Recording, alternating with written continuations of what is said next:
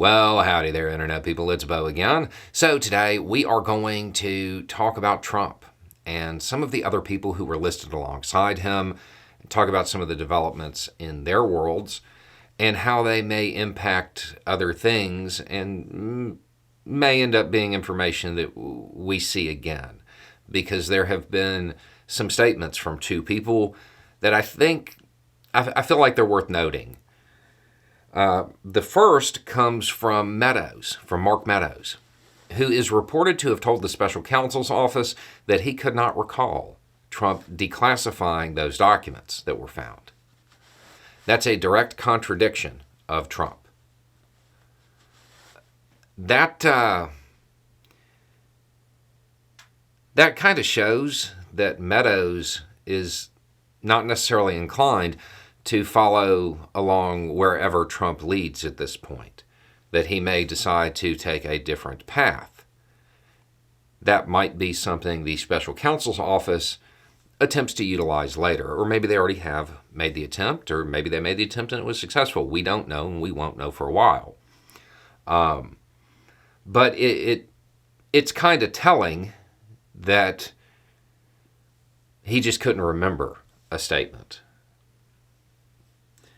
He may not decide to follow Trump's lead when it comes to how to best handle their shared issues.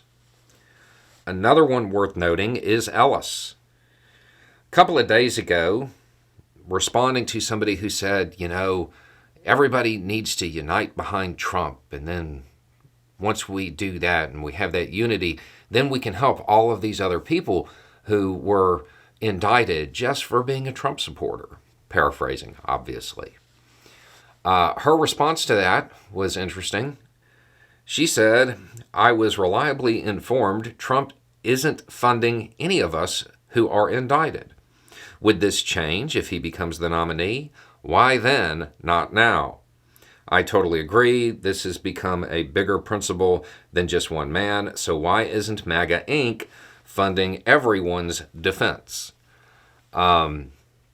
Now, the whole thing here, that why then, not now, indicates that she doesn't necessarily believe that Trump would help.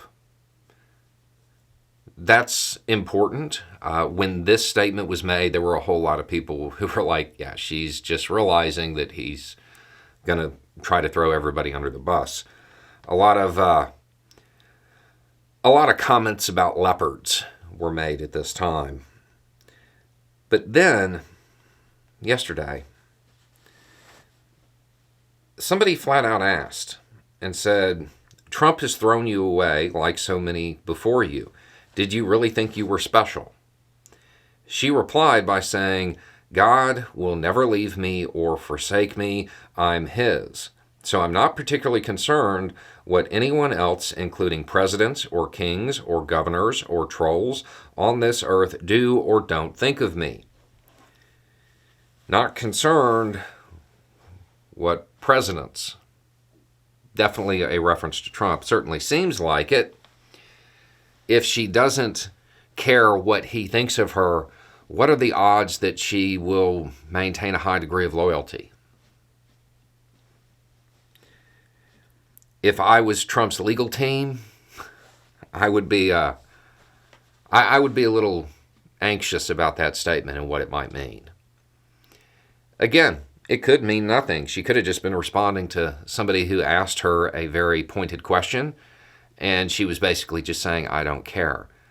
But I find it interesting that the statement about she doesn't care what people think of her because of her religious beliefs, it doesn't include that she doesn't care what government prosecutors believe.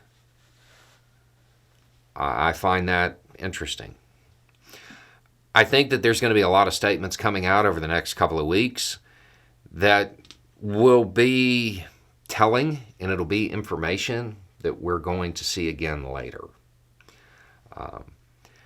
The Trump decision to not necessarily back people who are or were at one point in time very supportive, that may prove to be a pretty big mistake. Anyway, it's just a thought. Y'all have a good day.